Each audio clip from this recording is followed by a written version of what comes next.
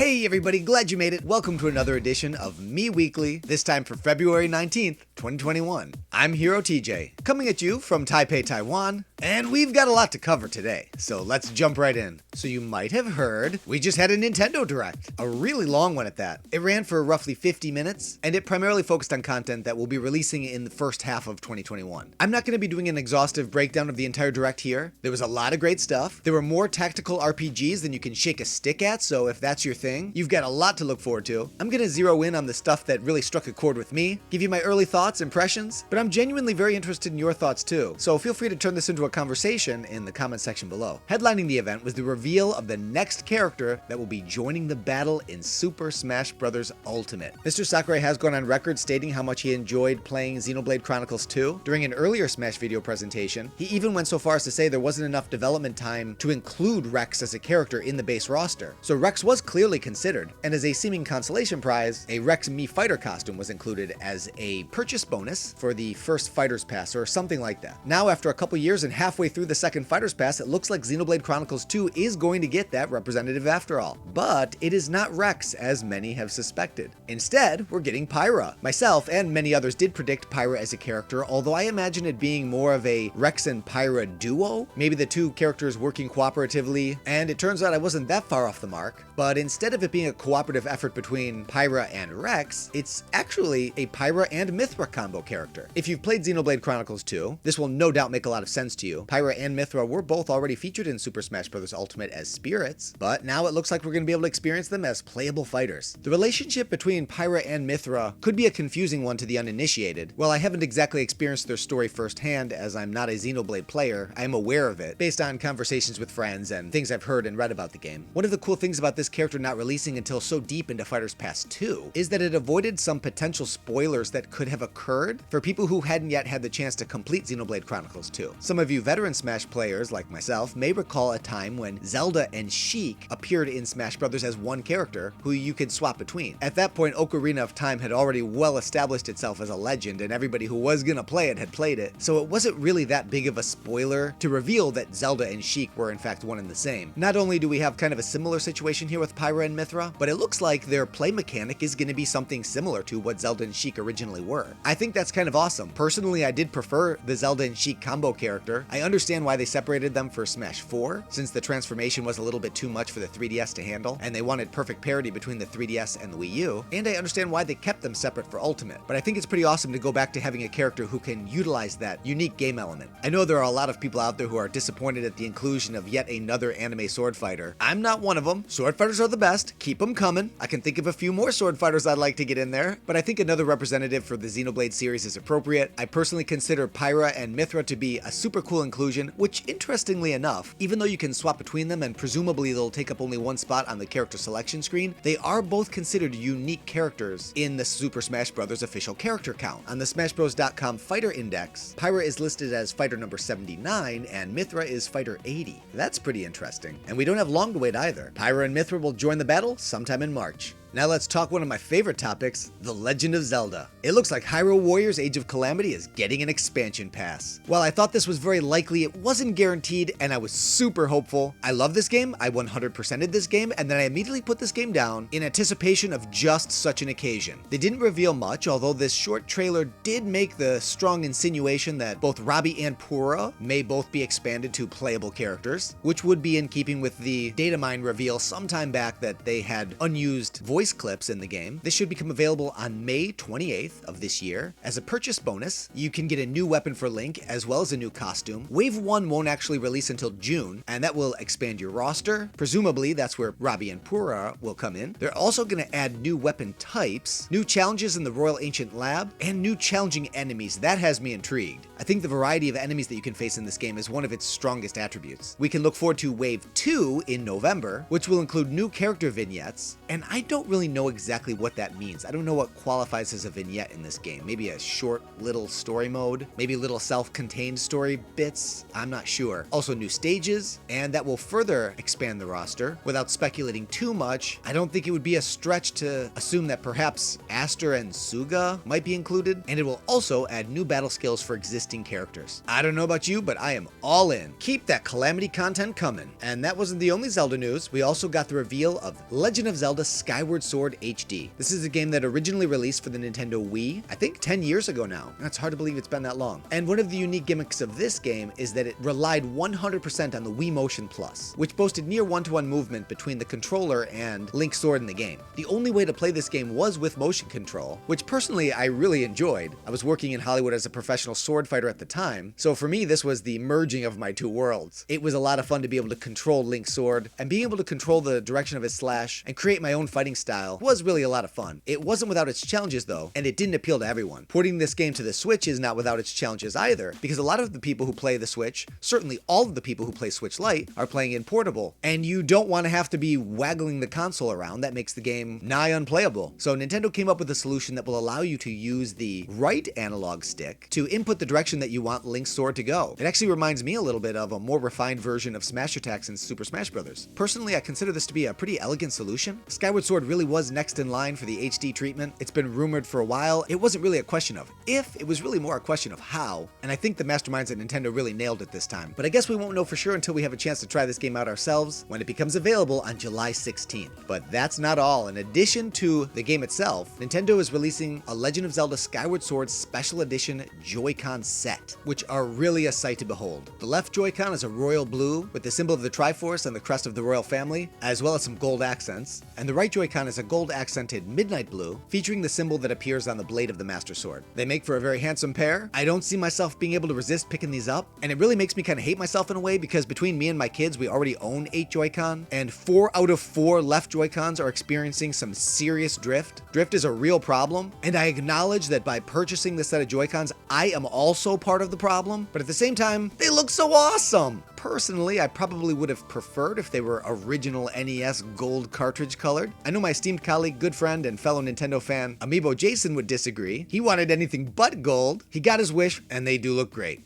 Nintendo's not quite done with the Super Mario 35th Anniversary celebration just yet. Mario-themed items are coming to Animal Crossing, and let me tell you, this is what I have been waiting for. This is my way to play Animal Crossing. Collecting the various Mario-themed furniture, items, and costumes is one of the most exciting things about the game. Looks like we get a Mario costume, Luigi, Wario, and also Princess Peach. Tons of cool items like blocks and mushrooms and coins and superstars. You can even set some traps with thwomps, it looks like. And it's not just limited to cosmetic items, you also get a functional warp pipe that you can set up somewhere in your town that will allow you to warp to another destination. That is amazing. I can already think of a few cool ways to utilize that. This free update becomes available on February 25th. I'm incredibly excited for it. This is the reason that I've been waiting for to pull me back into Animal Crossing. I only hope they do a similar update sometime in the future featuring The Legend of Zelda. If you know anything about me, you know I have a weakness for Mii. And it looks like Miitopia will be coming to the Nintendo Switch. This is a game that always interested me. It originally came out for the 3DS, but it didn't come out at a very convenient time and I didn't really have an opportunity to play it, so it passed me by. That's why I am over the moon that I'm gonna get the chance to experience this on the Nintendo Switch. It actually makes me really glad that I missed it, so that I can experience it for the first time. I can already see myself stepping into the role of a hero as Hero TJ. Maybe I can be accompanied by my wife and kids. We get to ride a horse! That's awesome. Haven't done that since my medieval times days. And who better to don the shadowy robes of the Dark Lord than the Shadow Prince, Dark TJ himself. I can't wait to embark on my own Mii adventure when Miitopia hits the Switch on May 21st. And before we move on, there's one final game I want to highlight. I loves me some Mario sports titles. While all my friends were playing the various Madden iterations, here was me playing Mario Tennis and Mario and Sonic at the Olympic Games. But the one Mario sport that for whatever reason never grabbed me was Mario Golf. I can't exactly say why that is. It does have all the usual charm of a Mario sports title, but as I was watching this trailer, I just kept thinking to myself, this is probably a pretty good game, but it's not for me. I don't see myself really picking this up. Speed golf looks cool. I've played it in real life. I actually think I invented it, but I'm gonna probably let this one pass me by. Then they had to go and show me this. Mii! Turns out you can play as your Mii in a story mode with level up progression, and you can allocate various skill points. You can also use your Mii in versus play, so it looks like this is a game I'm gonna be picking up after all. Super Mario Golf Super Rush hits the green on June 25th. This was just a small sampling of some of the things that appeared in the Nintendo Direct. To get the complete story, I'll leave a link in the description.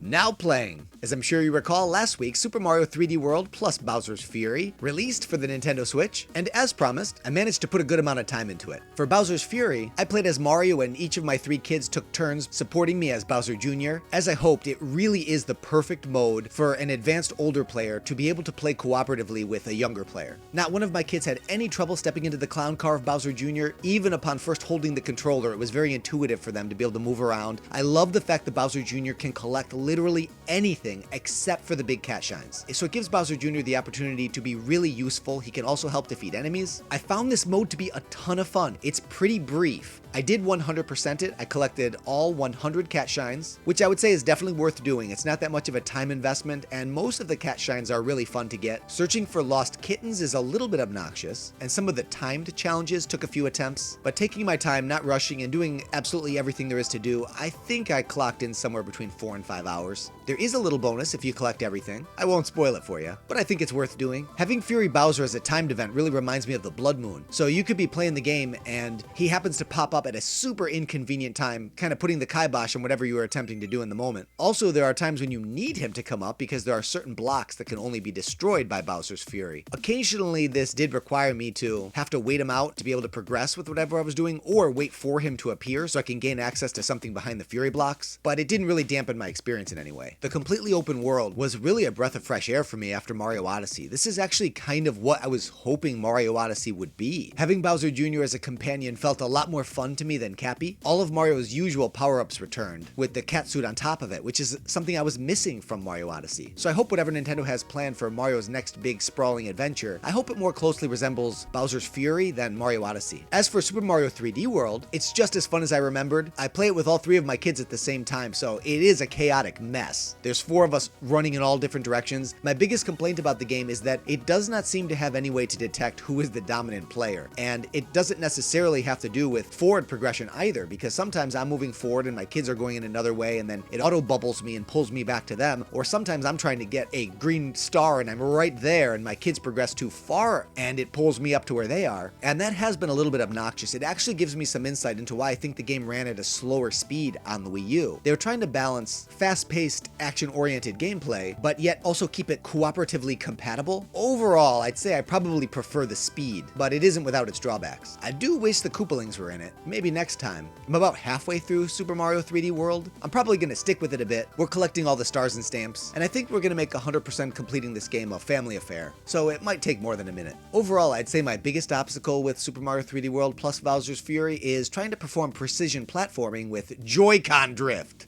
which is why I need that Skyward Sword pair, right? Welcome to Joys and Cons with me, Hero TJ, and Dark TJ. This edition will feature Yoshi's Crafted World. You've heard the saying there's 2 sides to every story. In Yoshi's Crafted World, there's literally 2 sides to every stage of this lovingly handcrafted world. After traversing these meticulously designed dioramas, you can experience the flip side and get some insight into how they were constructed. However, the flip side serves no actual purpose. The initial reveal trailer suggested that stages could be flipped on demand or at key points within a single stage, as a way to expand the world, enhance puzzles, or enrich seek and find objectives. Since Nintendo couldn't figure out a way to implement flipping the stages dynamically, we're basically left with a lackluster B-side. Yoshi's Crafted World can be enjoyed solo, but you can double your fun with simultaneous co-op.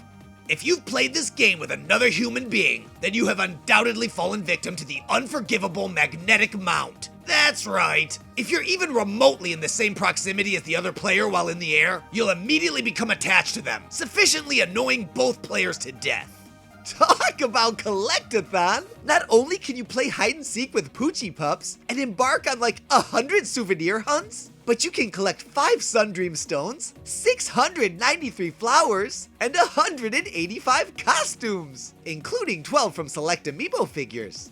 Did you hear that? 12 Amiibo costumes. You remember the Amiibo support in Yoshi's Woolly World for the Wii U? You can use your Amiibo figures to scan something like 40 unique costumes. And since I brought up Yoshi's Woolly World on Wii U, it bears mentioning that the soundtrack to that game is totally boss. In fact, it's way awesomer than it has any right to be. Yoshi's Crafted World, by painful contrast, sounds like the score to each stage was ripped straight from a baby's musical mobile. This has been another edition of Joys and Cons, featuring me, Hero TJ, and Dark TJ. This episode's Spirit of the Week comes from Splash of Color. We're looking at number 1079, Sebastian Toot, from the 2008 Wii title, Wii Music. Other than appearing in Super Smash Bros. Ultimate as a spirit, Wii Music is Sebastian Toot's one and only appearance. This character's duties include introducing players to the different game modes, provides instructions, as well as encouragement, and he occasionally serves as the conductor of the Toots Band. If you utilize this spirit in Smash Bros., you'll begin the battle equipped with a Franklin badge, which will serve to reflect projectiles. Thanks to Splash of Color for the suggestion. If there's a particular spirit you'd like to see featured as the Spirit of the Week, leave your suggestion in the comment section below, and if yours is selected, you'll be recognized in the episode with an on-screen credit, just like Splash of Color. Now it's time to sound off. In the wake of this recent Nintendo Direct, there is a lot to be hyped for. So my question for you is, which announcement got you the most excited? I kind of already outlined mine at the top of the show. I'm always excited for new characters in Smash Bros. I'm really looking forward to more content in Hyrule Warriors Age of Calamity. Skyward Sword HD is a big deal, and those special edition Joy-Cons. Adding Super Mario content to Animal Crossing is something I've been waiting for a long time, but the most unexpected surprise for me was probably Miitopia. Since I've already talked about each of these at length, I won't belabor it, but I want to know what you think. So don't hold back. Let me know what you're most looking forward to. And that wraps up another edition of Mii Weekly. If you've been following the show on a weekly basis, I appreciate you coming back. If this is your first time joining me, I hope to see you again. That's enough of me for now. Till next time, thanks for playing.